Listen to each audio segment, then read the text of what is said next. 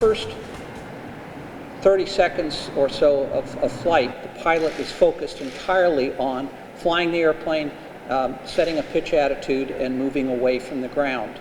If something goes wrong one way or the other, we don't know what it is at this point, then things get much more complicated.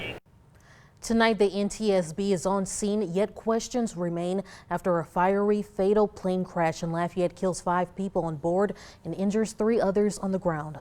Good evening and thanks for watching. I'm Kendria LaFleur. The NTSB is in the preliminary stage of its investigation. The plane taking off from Lafayette Regional Saturday morning, crashing less than a mile from the airport. The pilot, Ian Biggs, and 4 passengers, Gretchen Vincent, Michael Walker, Vincent, Carly McCord, and Robert Vaughn Crisp, died in that crash. The 6th person on board, identified as Stephen Wade Burzas, is in critical condition at the hospital. Chris Welty is live at the crash site. Chris, what are we learning from the NTSB today?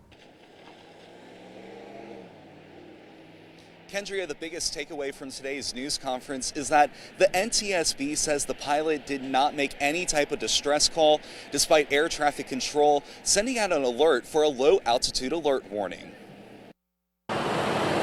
NTSB investigators are beginning a lengthy process to comb through the wreckage, looking for clues as to why this plane went down.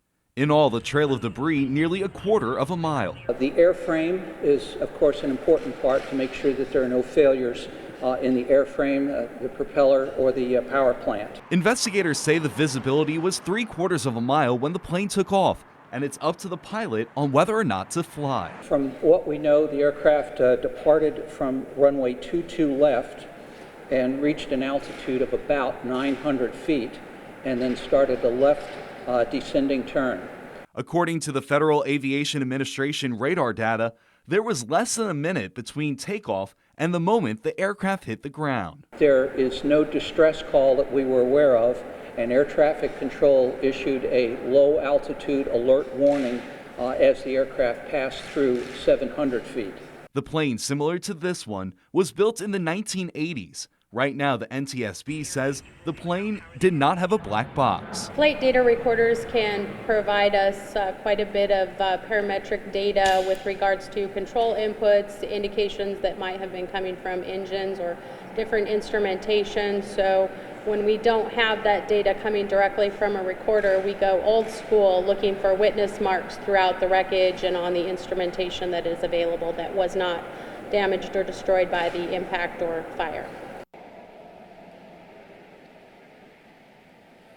The NTSB says the wreckage should be removed by the end of the day tomorrow, and it'll be moved to a secure lab off-site. Now, we're told the investigation could take anywhere from 12 to 18 months to complete. Part of that investigation is looking into the pilot's experience as well as the plane's maintenance records. Live in Lafayette, Chris Welty, KATC TV3.